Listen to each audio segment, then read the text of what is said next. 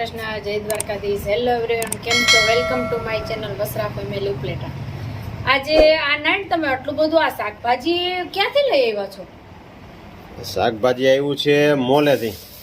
આપણો સારથી પ્રાકૃતિક મોલ. હા હા, આજે ગુરુવાર હતો કા? આજે બધું શાકભાજી. લાલ કોબી, આને શું કહેવાય? કોબી જ કહેવાય ને. લાલ. હા હા, કેસો લાલ કોબી જો. હા કોબી કેસો ને બહુ ભાવશે કા આવા કલરની.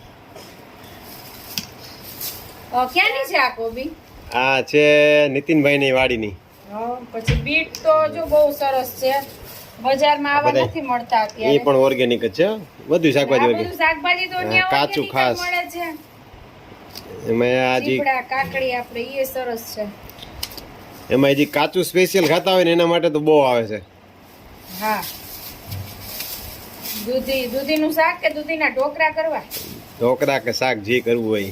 વાહ કેશવ, ગાજર તો જો મસ્તીના કેશવ, તારા માપના હો. અને સ્પેશિયલ આપણે સાંજ માટે ગલકાનું શાક, મારા ફેવરિટ છે ગલકા. અને ભીંડો છે ઈ છે નાઈનનો ફેવરિટ.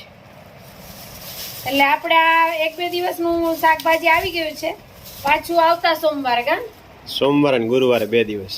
અને એ લોકો આપણે એમાં સ્કેન કર્યું હોય તો નાખે જ છે કે આજે આ શાકભાજી આવ્યું, આજે આ શાકભાજી. હા, એ ડિટેલ બધું આવે. જેટલું શાકભાજી હોય ને એનું બધું આખે આખું. અને ખાસ કરીને આ ઘણાવે નહીં જોયું હોય, મેં ક્યારેય ખાધી નથી, જોઈ છે. આ એકદમ મીઠી હોય. આ વખતે જોઈએ આનો કેવો સ્વાદ આવે છે. બરોબર, કારણ કે દેખાવમાં તો આ સરસ બીટ જેવો જ કલર લાગે છે. લાલ કોબી કા એમ કહેવાય ને? હા, લાલ કોબી. આપણે અહીંયા થાય ને આમ? હા, અહીંયા થાય. સરસ. હાલો તો આની આ વખતે સલાડમાં ટ્રાય કરશું. ચીપડા છે, ગાજર છે. હા, ટ્રાય કરી દીધી કે જા કેસવ. અને કેસવ જો ચાલુ છે અત્યારે. કેવું લાગ્યું ઓર્ગેનિક કેસવ? મીઠું લાગે છે ને? કારણ કે એમાં ગાય માતાના બધાય છાણ, ગૌમૂત્ર બધાનો ઉપયોગ કરેલો હોય, જીવામૃત, ઘનમૃત. એટલે જે શાકભાજીની મીઠાશ હોય એ તો કંઈક અલગ હોય જ છે. અમને તો ખ્યાલ છે, કારણ કે અમે ઘણું ઘરે વાવીએ છીએ. અને વધારે આવી રીતે અમને ખબર હોય કે આ ઓર્ગેનિક છે, 100% ખાતરી વાળું, ત્યાંથી અમે ખરીદી કરીએ છીએ. અને આજે આપણે જો આ ઘઉં છે ને? ઘઉં છે. ઘઉં આવી ગયા કે આ ઓર્ગેનિક ઘઉં છે કે? એ ઘઉં આપણા નથી, પણ આપણા ખેતરના છે. પણ આ છે ને આપણે જે આપવાના છે ને એ ઘઉં છે. કેને આપવાના છે? એ ઘઉં છે ને એ આપણે જે બધાને આપીએ છીએ ને, જે બ્રાહ્મણ છે, બાવાજીના જે આપણે 1-2 ઘર છે, પછી બારોટજી છે, એ બધાને જેને બધાને આપવાના હોય ને એ ઘઉં છે. બરોબર. તો એ બધા થઈ ગયા સાફ? હા, એટલે એ બધા સાફ થઈ ગયા. થોડાક દઈ આવ્યા અને લગભગ 25 મણ જેટલા પડ્યા છે અને 25 મણ જેટલા આપણે આપી દીધા છે. એટલે આ હમણાં જઈને જો હમણાં ડિલિવરી કરી આવશે. કમ્પ્લીટ સાફ કરીને એની ઘરે પહોંચાડી આવવાનું. કેમ કે વિદ્વાન બે મારા મિત્ર જે છે, એક રાજુભાઈ શાસ્ત્રી જોશી એ અને એક લાખણજીભાઈ ગઢવી, એનું કહેવાનું એમ છે કે દાન દેવું તો સારું દેવું, નકર દાન દેવું નહીં. એટલે આપણે ઘરે ખડામાંથી કાઢ્યા ને એવા ઘઉં દઈ આવીએ તો કેવું લાગે. એટલે પહેલેથી આપણો એવો ધ્યેય છે કે જેવું દેવું હોય. અને આમાં અત્યારે હવે સાફ કરવાનું થઈ ગયું છે, એટલે હવે સાફ કરવું કોઈને ઉકલતું નથી, કારણ કે બજારમાં થઈ જાય છે એવા મશીન આવી ગયા છે. અને એક રીતે સારું છે, ઘણું કામ ઘટી ગયું, કારણ કે અત્યારે કામ બહુ વધ્યું છે. અત્યારે અમુક આપણે જોતા હોય બધા, કોઈ નોકરી કરતું હોય, કોઈ જોબ ઉપર જતું હોય, કોઈ ઘરના કામમાં એટલા વ્યસ્ત હોય, કોઈ બીજા કોઈ કામ કરતા હોય, લેડીઝો અત્યારે એટલા કામ કરે છે. એટલે આ એક સારું થઈ ગયું કે ખાલી ઘઉંને એક ચાયણો જ મારવાનો રહેશે. ઓલા ઘઉં તો સાફ કરતા તો મને યાદ છે કે કદાચ અઠવાડિયું થતું, આજે આ બાચકું, આજ ઓલું બાચકું, એવી રીતના સાફ કરતા આપણે ધીરે ધીરે. એ ઘઉં સાફ કર્યા છે. પણ હવે એક આ ફેસિલિટી સારી આવી ગઈ, મને તો બહુ જ ગમી કે આપણે ઘઉં સાફ ન કરવા પડે, એક ચાયણો જ મારવો પડે છે. એટલે ટાઈમ ઘણો બચી જાય છે. બીજા આપણે ઘણા નવા કામ કરી શકીએ એની બદલે આપણે. આમ આપણે કોઈ દી કોઈનો વિડીયો બનાવ્યો છે, આપણે કોઈને દાન આપ્યું એવો?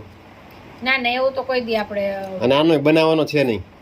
આ તો ખાલી આપણે ચર્ચા કરીએ છીએ કે દેવાનો છે, બરોબર.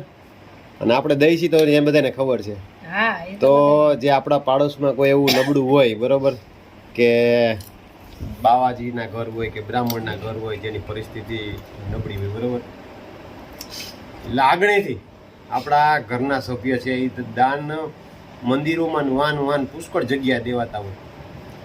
અમુક ઘર એવા હોય સ્વાભિમાનથી હોય કે એ પોતે માગી ન શકતા હોય, પણ જ્યારથી ટૂંકમાં આપને ખબર પડી અને સમજણ પડી કે ભાઈ દેવું જોઈએ એટલે કમ્પ્લીટ સાફ કરાવીને છે કે ના ઉમરા સુધી આપણે પહોંચાડી દઈએ છીએ, બરોબર ને? હા બરોબર, ઈ દેવું હોય તેવી રીતના જ દેવાનું, યત કચરું નહીં. એમને જો આપણે ખરામાંથી બાચકું ભરીને અહીંયા એમ કંઈક લઈ જાઓ અરે ઈ તો બહુ સાફ કરવા અઘરા છે અત્યારે, કોઈને તો એના કરતા સાફ કરી કમ્પ્લીટ કરીને દેવું તો વ્યવસ્થિત ડાયરેક્ટ ભરવાના જ રહે, વ્યવસ્થિત રીતે દઈ દેવાના. એટલે આપણે હજી ઓલા બાવાજીના આપણે માસી છે ઈ છે, પછી બ્રાહ્મણ છે, પછી આપણે શંકર બાપાના મંદિરેથી બીજા મંદિરે જે પૂજા પાઠ એવા કરતા હોય, બરોબર, જે આપને લાગતું હોય કે જે યોગ્ય પાત્ર દેવા પાત્ર છે, બે ચાર વ્યક્તિ એવા ધ્યાનમાં આપણે હોય કે એનાથી નથી પહોંચાય એમ, એ લોકોને આપણે થોડી ઘણી મદદ કરી શકીએ. તો એ ફૂલની તો ફૂલની પાકડી ઈ છે. પછી સફાઈ કર્મી છે, જે સફાઈ કર્મીના પેલા જે કાયમી હતા ને એના પગાર હતા ને અત્યારે જે આ રોજમદારી ઉપર છે પેલા અત્યારે, એટલે ઈ છે. આપણે બધાય સફાઈ કર્મચારી જે આપણા ઘર આગળ વારવા આવે છે એ બધાયને 5 વ્યક્તિને આપણે આ રીતના ઘઉં ચોખ્ખા કરીને આપીએ છીએ. એટલે ઘણા લોકોને એવું હોય કે ભાઈ દાન આપીએ વિડીયો ના, વિડીયો બનાવાય ન બનાવાય એવું નહીં આપણે, પણ હું જે લોકોને દઉં છું ને એ બહુ સ્વાભિમાનથી જીવે છે, બહુ સ્વાભિમાનથી જીવે છે. એટલે વિડીયો હું ક્યારેય બનાવવાનો પ્રયત્ન નથી કરવાનો, આપણે બનાવવો પણ નથી, કેમ કે કોઈના સ્વાભિમાનને ઠેસ પહોંચે ને એવું ક્યારેય ન કરાય.